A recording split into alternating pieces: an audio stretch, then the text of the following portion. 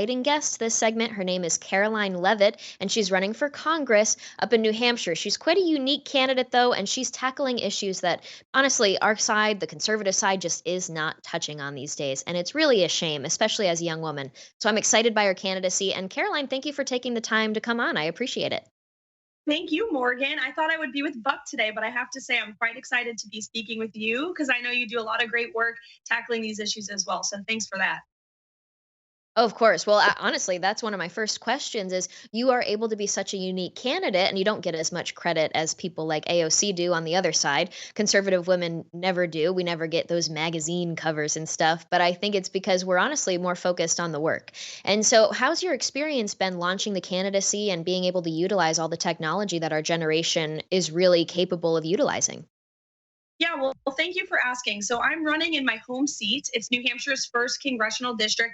It's actually historically one of the swingiest districts in the country, but it is looking like it's going to be a very conservative election this cycle. I'm running against my Democrat incumbent representative, Chris Pappas. And I made the decision to launch myself into this campaign really for a couple of reasons. First, this is my home state, and I was getting sick and tired of watching this Democrat vote in line with Nancy Pelosi to push their communist agenda through the House of Representatives. I come from a small business family where I was taught, very young, nothing is given, everything is earned. And I feel as though he's really out of touch with our values. And I had the opportunity, the honor of a lifetime, really, to work for President Trump in the White House.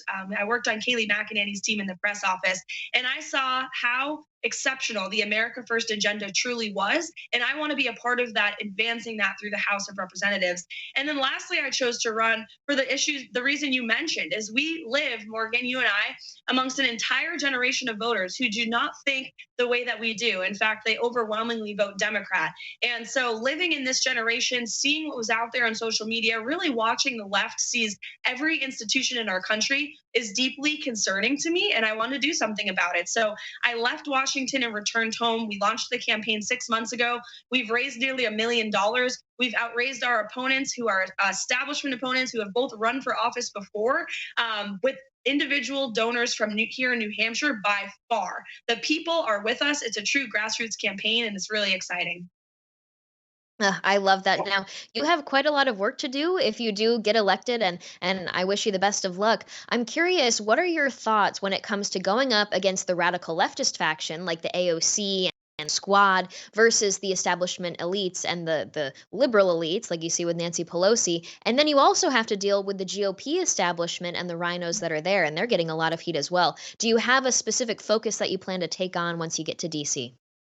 Yeah, absolutely. Several issues we want to tackle when I am elected. And I will say this: the establishment on both sides, when I said I wanted to run for Congress, laughed in my face. They said, absolutely not. We have our hand picked for this district. There's no way you're going to win. You won't be able to raise money. Well, we've been smashing expectations ever since we launched this thing. And that's because the people are with us. And that's what matters to me at the end of the day. And I'll tell you, voters in my district, they want me to go down to DC and champion a few issues. First, education. We have to get the federal government's interference in our education system out. I went to our public schools in New Hampshire. We can do a hell of a lot better. We need to increase our academic standards, get the federal government out, ensure state and local control, and make sure parents have a voice. Look, I'm running for federal office, but I love going to school board meetings and supporting great school board candidates who are stepping up across our state. I sat in a diner last week with a dad who said, I hate politics, but I am so fed up with seeing the homework that my daughter is bringing home. So I want to champion their voices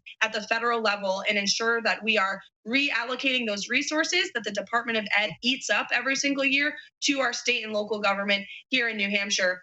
And then secondly, standing up for our small business owners. Look, they've been getting absolutely squeezed by this administration. The un-American, unconstitutional vaccine mandate put a lot of our businesses here in New Hampshire in a really tricky position. My goal ultimately is to get the feds out of our everyday lives, out of our elections, out of our education system, out of our economy, and just to protect the freedom loving people in this state. We are the live free or die state. We're overwhelmingly fiscally conservative. We have no income tax, no sales tax. We are a great place to live, but our federal delegation has been voting along with the communists in Washington, D.C. So this is the year that we're going to do it. And there's just so many issues: big tech, ensuring free speech, ensuring individual liberty, closing down our southern border, re implementing all those effective immigration policies of the previous administration that I was honored to work under. So we have a lot of work to do. And it starts by electing people with spines of steel. We cannot have these weak Republicans who have allowed the left to seize every institution in our country and push this agenda. And that's why we are in this position. So we really got to shake up Washington, D.C. And I'm really excited. There's a lot of young candidates like myself who are stepping up to do that. Ah, that's exciting. And I've got to say, it's really nice to hear somebody running for a federal position that understands not all problems need to be solved by the federal government. Uh, AOC, I'm sure you saw this, got a lot of heat on Twitter when she blamed conservative men just wanting to date her for their reasons for criticizing her policy decisions and her hypocrisy.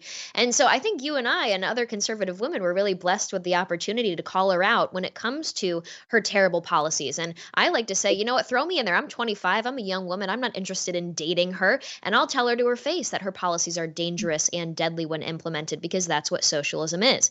Now, Mhm. what is also important is protecting women's issues, true women's issues. And by that, I mean things like protecting women's sports. I just read a recent op ed that you wrote and I loved it. I'm really glad that you're championing this because barely anyone is talking about it. Can you tell us what's going on there and why did you choose to speak out on this issue?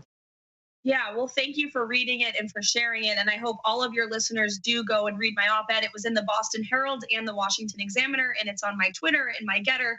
I actually literally canceled my plans on a Friday evening to stay home like a nerd and write that op ed for myself because I was so infuriating watching Leah Thomas, who is a man, a biological male, literally crush her opponents in a swim meet. And I'm a former NCAA athlete. I played softball growing up my entire life.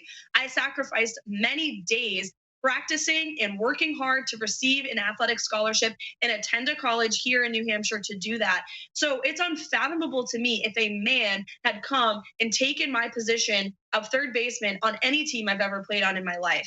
So I feel so passionate about this issue because here's the thing that people need to understand. This is a violation of federal law. It is a violation of Title IX, which was signed in 1972 to protect fairness and safety and competition in female athletics. And we have seen for many decades now this regression of the left pushing their perverse worldview onto our society. And conservative leaders have failed to speak up, have failed to say that no, this is not okay. Men and women are inherently different but equal, and we cannot allow for these injustices to occur. So I am so tired of seeing this happen. Our society is demoralized, and it is going to crumble if we don't push back on the left's war on masculine men and women. And again, where are all the feminists, Morgan? Where's AOC standing up for Leah Thomas's teammates and those who she just crushed in the swimming pool against? I feel so sorry for these women, and so I want to be a really strong voice for them. And I will go on the House floor and fight for them all day long when I'm elected to Congress. Thank you for doing that. Thank you for making the uncomfortable decision to champion these kind of issues that people don't really want to touch on. I've got to say, it's a leftist tale as old as time, right? To promise progress and deliver regress. Caroline, thank you so much. And thank you for taking the time. We appreciate it. You guys stay tuned because speaking of sports, we are going to bring on John Root, the host of a sports and politics show